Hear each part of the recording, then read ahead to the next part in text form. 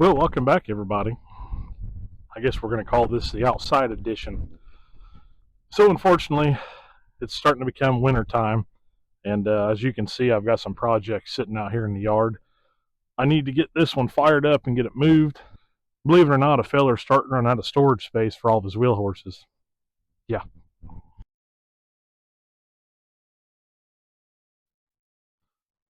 So, I know you guys don't recognize this machine. I haven't actually showed it on the channel. I picked this up, oh man, it's probably been 3 months ago now. Paid pretty much next to nothing for it. It's got a tired 16 horse Onan in it, hydrostatic. It's a 416H. Year, I'm guessing probably early 90s. About the only thing I bought it for was the hubcaps, just being honest with you. Now, when I bought it, it did have a battery in it. I've since taken that battery out and used it for other purposes. So we're going to have to rig up the jump pack. I've got some gas and some starting fluid. I know this thing did run when I brought it home. It didn't run good, but it did run. So I think to start with, we're going to go ahead and throw some air in these tires. That way, when this thing does start and run, we can act pretty quick on trying to get it moved. Well, unfortunately, I don't think that's going to happen. This tire is in pretty bad shape, and it's pretty much sat here for 3 months just like that. All right, well, it'll drive on a flat tire. All right, here we go. That's a good sign.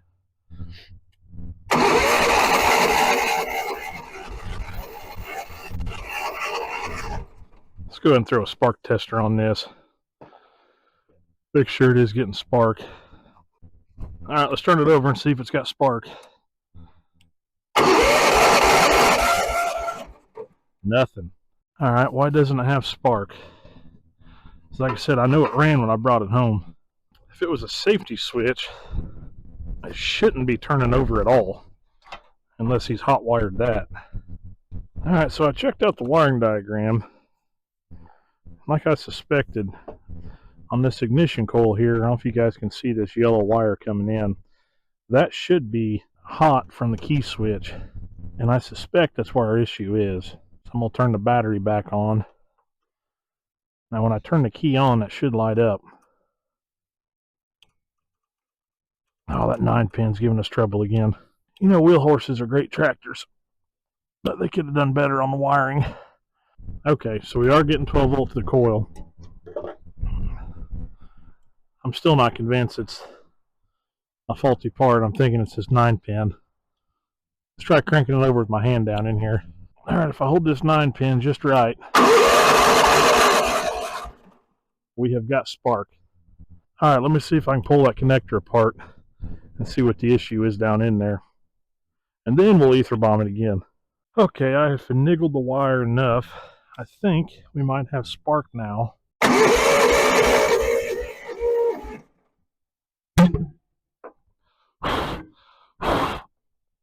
All right, got a brand new can of ether. Let's see if we can get this thing to start finally.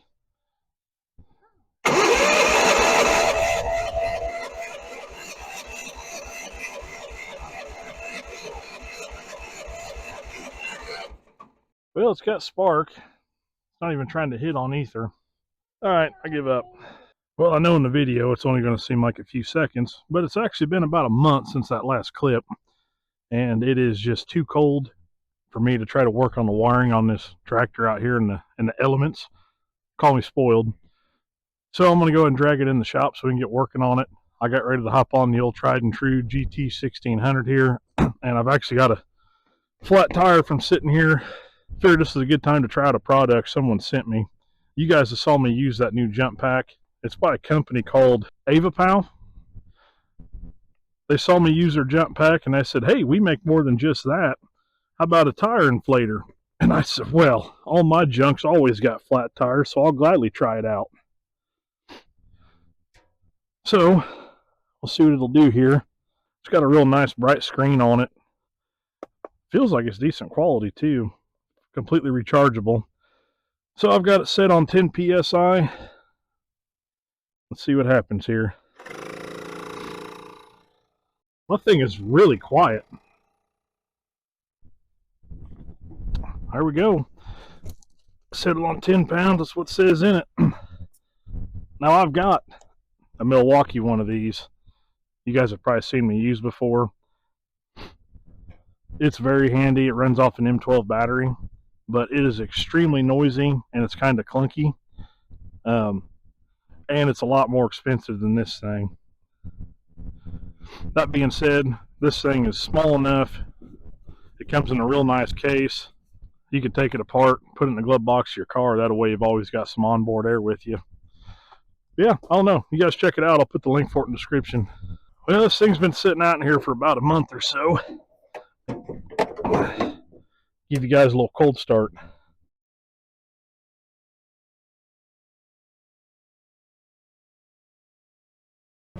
Honestly, this is probably my most reliable tractor.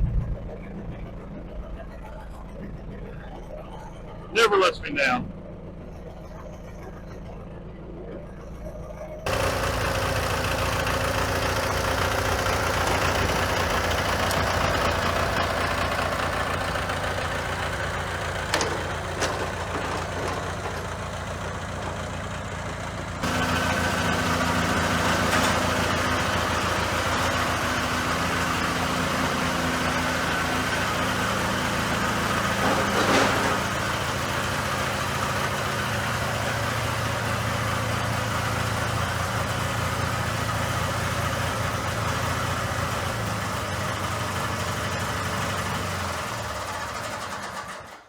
Well, since we got this thing in the shop now, I figured I'd give you guys a better look at it. I did check the serial number. This is a 1995 Wheelhorse 416H. This came with a 6 horsepower Onan engine and the hydrostatic transmission, as well as the hydraulic attachment lift. Now, I have owned several of these 416Hs. Typically, they're pretty good tractors. The most issues I've had with them comes down to the Onan or wiring issues, and that's what's plaguing this one. So as you saw in those first couple clips, I kept playing with that 9-pin connector. I found a broken wire in there. I managed to hold it together long enough to get it to turn over. And once we had it turning over, I could not get it to hit on ether. So we might have another issue plaguing us there. Could be a bad valve seat, could be valves out of adjustment. Who knows what it could be, but in order to diagnose another issue, I need this thing to reliably not lose spark and turn over when I hit the key. So that's where we're going to start. I'm going to pull some panels off to get access to that wiring, and we're going to see about getting that 9-pin connector fixed up.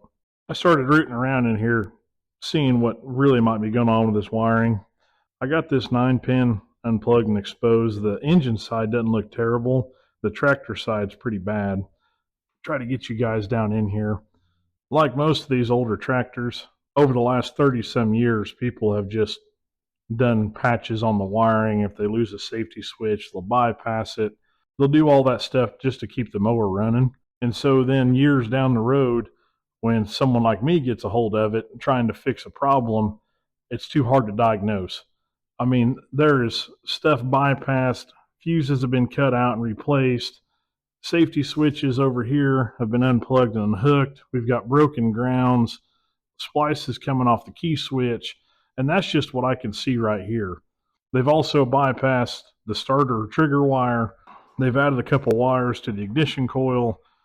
It's just too much for me to try to go through and fix, considering the wiring harness is so chopped up at this point. So I'm going to show you guys how to hot wire one of these. We're going to be doing away with this wonky 9-pin. All these safety switches that have been bypassed, I'm going to get rid of. The fuse block that isn't even hooked up anymore, all that crap's going to go. And all we're going to be left with is about 4 or 5 wires going to the factory key switch. Now, that being said, I recommend doing this at your own risk. There are fuses in line for a reason. The last thing I want is for you guys to take my advice and burn your garage down. So that being said, do your own research, make your own decisions, but this is what I'm going to do in this case to get this old tractor up and working again.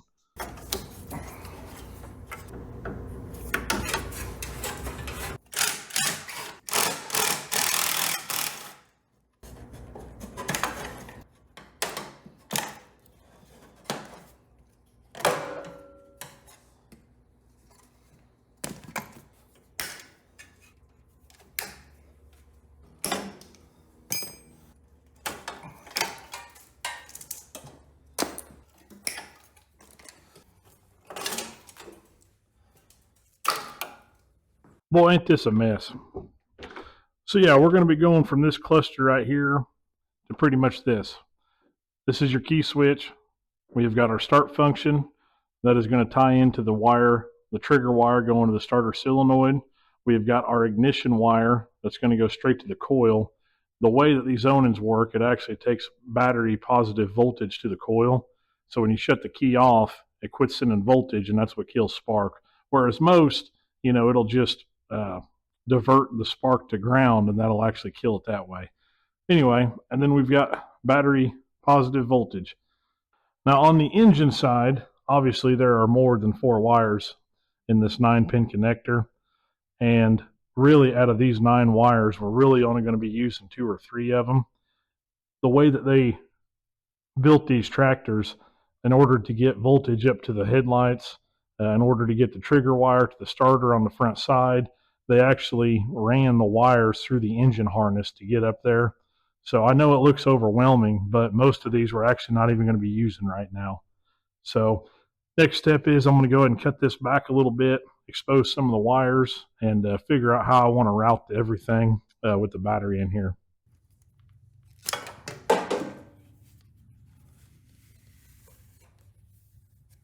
All right, we're making some progress here. I've got these wires separated off the engine to show you what you're going to need and what you're not going to need. So we will start out with what you don't need. Like I said, out of that 9-pin connector, you've actually got about 5 wires. Let me just preface by saying that this tractor doesn't necessarily use all these. Depending on what model you have, you might. For example, this white wire is for an extra sensor that is not even hooked up. It just dead ends down here on the front side of the engine.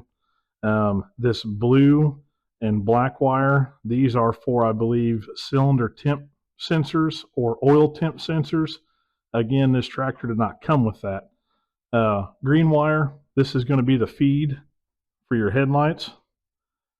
Not saying we're not going to eventually use that, but for right now we're not. And this second red wire, you see we've actually got 2 in the 9-pin. This one runs direct to the battery positive lug, the main start wire on the starter. I'm assuming, I tried looking through the wiring diagram. I believe what they did, they actually made this a redundant wire where they fed the starter relay with battery voltage from the feed on the starter. I don't know why they did that instead of just running it to the battery itself. I don't know. I guess in their minds it made sense. So again, we're not going to need that. Also, there was this gray wire here that was on the side of the voltage regulator. This was the feed for the voltage gauge, the voltmeter. I'm not going to be using that, so I unplugged it. So that leaves us these 3 wires here. Yellow, this is going to be the battery positive going to the ignition coil. This light blue, this is going to be the trigger wire for the starter solenoid. And this red wire, this is battery positive off the voltage regulator. So with this, I'm not going to do anything fancy with it. I'm just going to put a spade connector on the end of it, or an eyelet. We're just going to hook this straight to the positive terminal on our battery. Okay, onto the tractor side. This is our key switch. Hopefully it's a good one. I mean, it was working, so if not, we'll get another one. It's not looking the best, but we won't know till we try. So anyway, like I showed you guys on that diagram, we only need 3 wires coming off this thing. So I went ahead and got 3 somewhat matching colored wires off the shelf. We'll go ahead and get some spade connectors put on these. Get the key switch mounted, and then I'll fine tune the length on this end once we get to that point.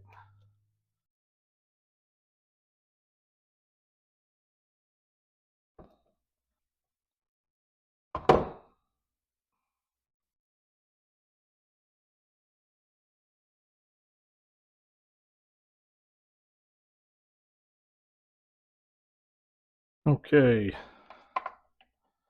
this top one is our start circuit. That's going to be blue.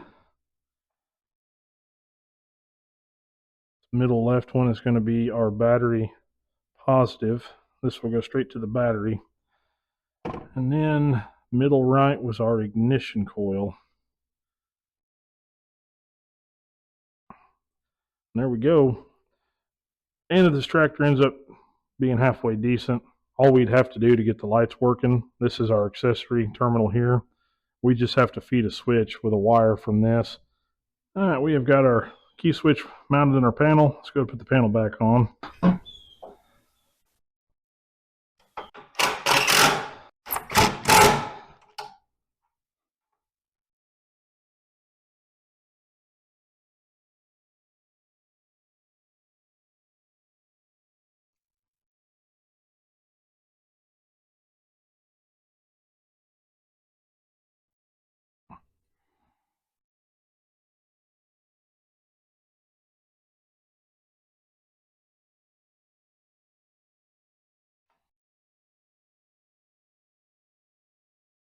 All right, guys, I think we're ready to throw a battery in this thing.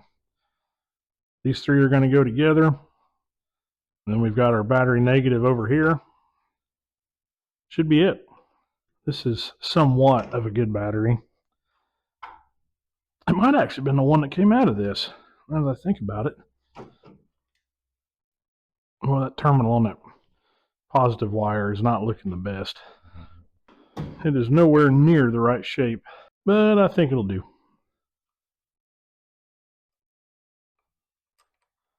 Well, nothing's smoking yet. That's a good sign. No sparks. That's a very good sign. Hell, I might have managed to wire this up right. All right, there's that. There's one more thing we got to do real quick. I'll show you. This dark blue wire here, this was a wire that someone had added. I'm assuming probably trying to track down a no crank issue. So we are going to be removing that and going back to, this is the OEM starter solenoid wire. So we're going to get this plugged in and then we should be able to try to crank it. All right, guys, moment of truth. Let's go ahead and hit the key and see if it turns over. Fingers crossed, here we go. All right. Let's go ahead and throw a spark tester in here and make sure that that coil's working right. Here we go.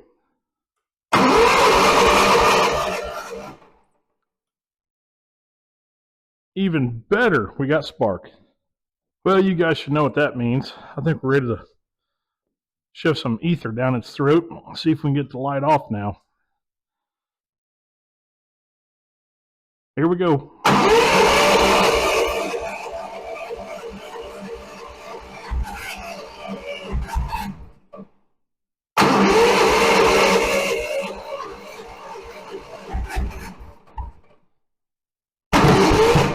Uh-oh.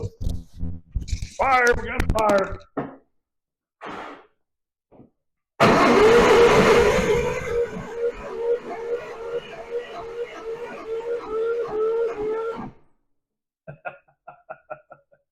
Okay, well, I'll call that somewhat of a success. I mean, it is trying to start. We know it's got spark, it's turning over. Now we can try to figure out what's going on with that. Well, there are quite a few reasons as to why an engine would backfire through the carb. Could be timing's off, could be the fuel mixture's off. In this case, the most likely cause is we've got some issues with the valves. Now, you take apart the fact that we know Onins have got an issue with dropping valve seats. We can just look at some of the symptoms. This thing's extremely hard to start when it's cold out. I had mentioned that it ran when I brought it home, and I'd also said that I bought it about 3 months ago, which would have been the middle of summer. Either we have got some valves way out of adjustment, or we have got a valve seat that dropped, etc., something along those lines. So that being said, the smart thing to do would probably be to go ahead and pull some spark plugs out. We're going to do a compression test on both cylinders.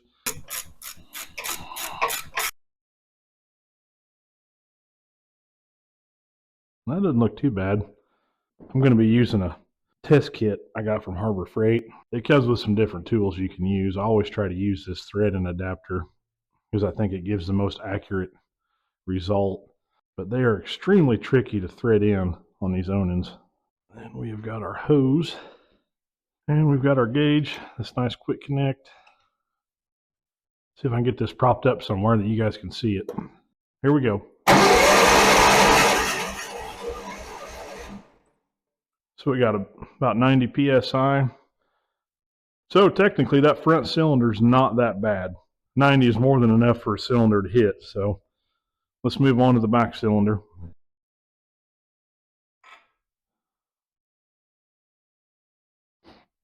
There's our back cylinder, and there's a lot of oil on that one. This is probably going to be our problem child right here. You know, I'm kind of having flashbacks here, guys. I had a 416H that I had bought. This was back before I was doing the YouTube thing. Decent shaped tractor. Guy said it was just running kind of rough, didn't have any attachments on it. It was 15 minutes down the road from me, and I said, well, I'll take a gamble on it. I mean, I didn't pay a whole lot for it, $150 or something. Anyway, it started up, drove on my trailer just fine. I got it home, left it on the trailer overnight, had something going on. I went out the next morning to start it, and again, this was in the summer, so it's not like it was freezing cold out. And I could not get that thing to start. With ether, nothing would get it to hit. So I finally pushed it in the shop, started working on it. Said, well, I'm going to do a compression test on it, just like we're doing here. Same deal, front cylinder, showed okay. By the time I made it to this rear cylinder, turned the key to start it, and it had zero compression. When I say zero, I mean literally zero compression. Ended up looking down into the cylinder and found the connecting rod was broke. So hopefully that's not what we're going to find here, but it's a possibility. Okay, let's see what happens.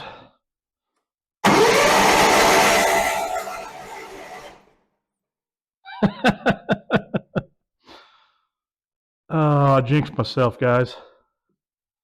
Man. See, this is why I shouldn't tell stories. Well, now, it is possible that maybe the valves are just so bad it's building zero compression, and maybe it's not because it's got a broken connecting rod. So we're going to put the old inspection camera in here and see what we got going on. Boy, there's a lot of oil in the bottom of that cylinder, ain't there? That's what that dark spot is.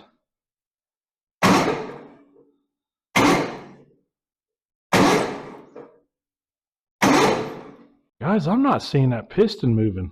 I don't know what we're looking at here. You know what that is? I think that's the connecting rod back here in the corner.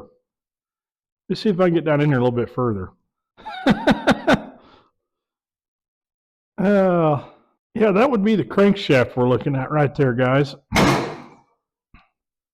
Where the hell is the connecting rod and the piston? That doesn't make any sense. What in the world? You can see the main cap for the other connecting rod over here. This is our crank journal. We should have a connecting rod and a piston, and there's nothing. I do not understand that. Guys, I am at a complete loss. In all the mowers and all the tractors I've worked on, I've never seen one in this condition put together, missing an entire connecting rod and piston. I mean, it doesn't make any sense. I don't know who would go through the trouble, because they had to have pulled the engine off. There's no way to get a connecting rod and a piston out through the block this way unless you pull one of these engines out. Man, I don't know the story there. I'd love to find out what the deal is. I mean, because there's no signs, guys. It's not like the guy told me and I'm just making this up for content. There's no signs that this thing was that badly wounded or that it was ever removed from this tractor. I mean, we know the wiring was cobbled up, but that's pretty normal for something of this age. I mean, that's just something that happens. But to think that somebody pulled this engine off, went through the trouble of pulling the head, pulling the side cover, doing all that work to remove the connecting rod and piston, just to put it back together, put it back on here, and keep it going. I mean, that is some MacGyver stuff if I've ever seen it. And I just don't know what else the story would be there. I don't. I'm at a loss, guys. Well, guys, this is not the way I wanted this episode to go. I was really hoping we were going to be able to bring this thing around, maybe get to do some valve work on one of these, show you guys some of that. I mean, we are dead in the water at this point. So yeah, guys, I guess not every episode can be a winner. I hate to end this one like this, but I don't know what else to do with this thing. I ended up looking up the conversation when I bought this back in the summer. I only paid $140 for it. I mean, obviously, knowing this, I probably wouldn't give that much. But these hubcaps in good shape, they're worth $100. The deck's not terrible. It's got some good parts on it. I'm not upset about it at all. I'm just upset I'm going to end the episode like this to you guys. You know, I always try to get these things up and going and give them some redemption. And I can't even do that with this one. I've got another Onan out in the shed, but it's the one that had that broke rod. So I don't even have any good parts I could put in this thing to try to get it going again. And being honest, the thing is in not good enough shape to where it's worth doing an engine swap on. It's not worth that to me. So I'll probably end up taking off the parts I want, the hubcaps. Might end up taking the deck off, keeping some pulleys off it and the pulley covers. Take the battery back out of it, and I'll probably end up just scrapping the rest or seeing if somebody else wants to tackle it. So, but like always, guys, I appreciate you taking time out of your day to watch me do this stuff out in the shop. I really enjoy it. 2024 has been a very interesting year. I know I've said it, and I'll say it again. I never dreamed I'd get this far with it. I mean, every week the channel's growing, and that's thanks to you guys. So put a comment down below what you think we should do with it. I told you what I'm planning on doing with it, but if you guys got something else in mind, drop it down there. If you have any inkling of an idea of what the story might have been here, what someone possibly could have been doing by turning a 2-cylinder Onan into a 1-cylinder, put that down below too, because I've never seen anything that butchered. So yeah, guys, this is going to do it for this one, and I don't know. I'll see you on the next one.